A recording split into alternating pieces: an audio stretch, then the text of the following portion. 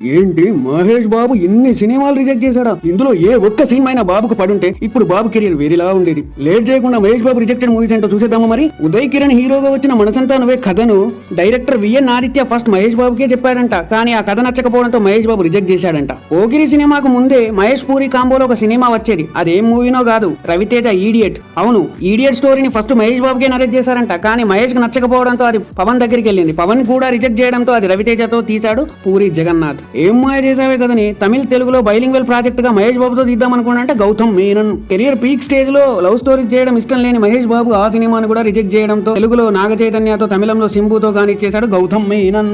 గజనీ కథను ఫస్ట్ మహేష్ బాబుతోనే తీద్దాం అనుకున్నాడంటే ఏఆర్ మురుగదాస్. కానీ క్యారెక్టర్ డిఫికల్ట్ గా ఉండడంతో మనకేదైనా ఎఫెక్ట్ అవుతుందని ఆ కథను కూడా రిజెక్ట్ చేశాడంట మహేష్ బాబు. 2009లో వచ్చిన 3 Idiots కథని తెలుగు, తమిళంలో రీమేక్ చేద్దామని ఆ కథను మహేష్ బాబు దగ్గరికి తీసుకెళ్లాడు డైరెక్టర్ శంకర్. రీమేక్స్ చేయడం ఇష్టం లేని మహేష్ బాబు ఆ కథని కూడా రిజెక్ట్ చేయడంతో ఆ సినిమా విజయ్ శంకర్ కాంబోలో స్నేహితుడుగా వచ్చింది. లీడర్ కథని ఫస్ట్ మహేష్ బాబుకే నరేట్ చేశాడంట శేఖర్ కమ్ముల. ఆయన కోసం ఎంతో ట్రై చేశాడంట. ఆ టైంలో పొలిటికల్ మూవీస్ చేయడం ఇష్టం లేని మహేష్ బాబు ఆ కథని కూడా రిజెక్ట్ చేశాడంట.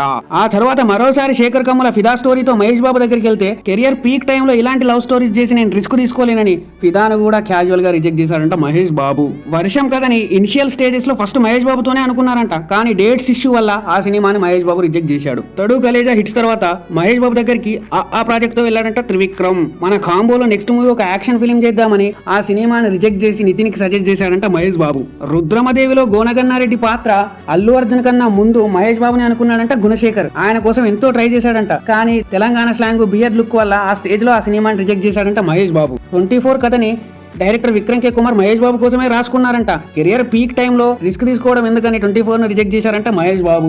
1 ఫ్లాప్ తర్వాత మహేష్ బాబుకి ఎలాగైనా హిట్ ఇవ్వాలని సుకుమార్ పుష్ప కథతో మహేష్ బాబు దగ్గరికి వెళ్ళాడంట. ఆ సినిమా ఆయనకు నచ్చి ఓకే చేసిన తర్వాత మైత్రి మూవీ మేకర్స్ బ్యానర్స్ పై అఫీషియల్ గా కూడా అనౌన్స్ చేశారు. ఆ తర్వాత ఏమైందో ఏమో, అది షెల్వ్ అయిపోయి అదే కథని అల్లు అర్జున్ తో పుష్పగా తీశారు. కొన్ని క్రియేటివ్ డిఫరెన్సెస్ వల్ల మహేష్ బాబు ఆ సినిమా నుంచి తప్పుకున్నాడని వార్తలు వచ్చాయి. కానీ అది ఎంతవరకు నిజమో తెలియాలి.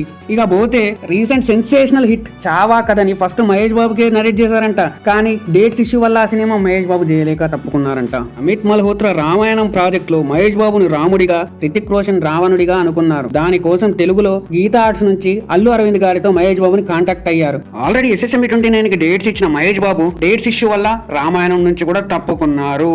ఇవే కాకుండా ఇలాంటి ఎన్నో మూవీస్ ని మహేష్ బాబు మిస్ చేసుకున్నారు. ఆ మూవీస్ అన్ని ఒక ఫుల్ వీడియోలో డిస్కస్ చేద్దాం. ఇప్పటి వరకు మన ఛానల్ ని సబ్స్క్రైబ్ చేసుకోకపోతే సబ్స్క్రైబ్ చేసుకోండి. Please like, share, comment.